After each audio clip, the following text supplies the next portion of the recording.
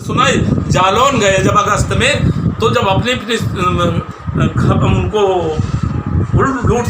लूटपाट हो रही थी, अपनी बात रखना था, तो सबसे पहले धमकी दे दिया आपकी नेतागिरी नहीं हम दुहे जा रहे हैं, हमारे साथ अत्याचार हो रहा, अन्याय हो रहा, उसके लिए हम अगर कहे गए तो हम नेता हो गए। तो बढ़ावा सबसे पहले वैतनिक को हमारे मंत्री जी दे दिए, उनकी सारी पकड़ लिए हमसे पूछ, और जितनी चूड़ी चढ़ाते हैं उतनी उनका वैतनिक पर भारी पड़ती है। और वो बड़े बड़े डिब्बों में मिठाई के नाम पर उसे लिख दिया जाता, लेकिन होता उसमें खोला जाता, होता कुछ जय कि अटैची वजन वह का वत्ता बड़ा पद, वह का वत्ता बड़ा माफ किया जाता है। मैं प्रदेश में बैठूंगा नहीं, भले कुछ भी हो। अभी मेरे पर जानलेवा हमला किया गया है, मेरे पीछे में हमें धमकी दिए थे, मैं उस सरकार को भेजा हूँ, और वही लोग मेरे मरवाने में कोई कसर नहीं छोड़ी। और मैं जो FIR लिखा हुआ है, जो मैंने कागज शासन प्रशासन दिया था कि इन अधिकारियों के द्वारा मेरे पर प्राणघातक अगर होता है तो यही दोषी माने जाए, वो मैं FIR वो लगा मैं सरकार को भेज दिया हूँ। यदि नहीं तो मैं फिर आपसे मिलूँगा आप लोगों के चैनल के माध्यम से, और मैं कोर्ट की शरण लूँगा, लेकिन उन अन्यायों को हम छोड़ेंगे नहीं। हमारा उनका आमना सामना की लड़ाई है। यदि उनमें हिम्मत है, उनके दिल में, उनके सीने में हिम्मत है, तो हमारे सामने आए, या बोल नहीं या मैं नहीं। ये पीठ पर छुरा मत भोंके, दगाबाजी न किया है, न करूँगा।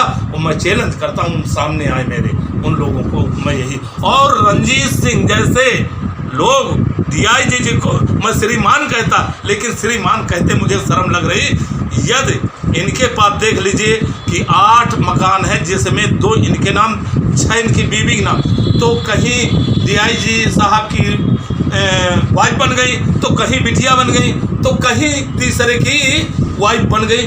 तो ये की हैं, कितने की हैं? तो इनकी ये संपत्ति प्लस जो इनके बैंक खाता में है पैसा अकूत जमा है, और हरदोई रोड पर बसंत कुंज में प्रॉपर्टी, और सुल्तान फैजाबाद रोड पे इनकी ये जांच कर ली जाए, तो आखिर ये इतना पैसा कहाँ से संपत्ति आई, ये सोचने वाला विषय है। और मेरे पास वो कागज हैं, इनके पास 48 झांसी में जब पकड़े गए हैं 48 प्रविष्टियाँ हैं, कड़ी चेतावनी, और 1-2 होती, 2 ऐसी कुर्सी नहीं, ग्रे कुर्सी नहीं, पर बहुत ईमानदार होना चाहिए था। वो ईमानदारी कुर्सी को शर्मसार कर दिया।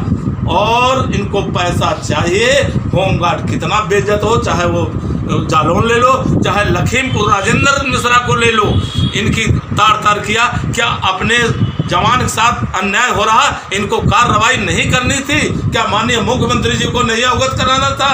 वो चीज़ माननीय मुख्यमंत्री को नहीं पता, वहाँ तक जाने नहीं देते, भनक नहीं लगते। नहीं तो बाबा जी तो बुलडोजर का खड़ा है, अगर उनको खबर देते तो उनकी बुलडोजर खड़ी हुई है।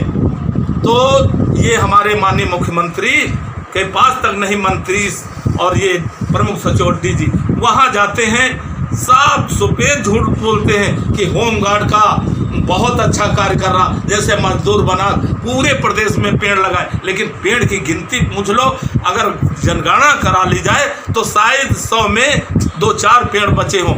उनकी एक सिर्फ हत्या कर रहे हैं।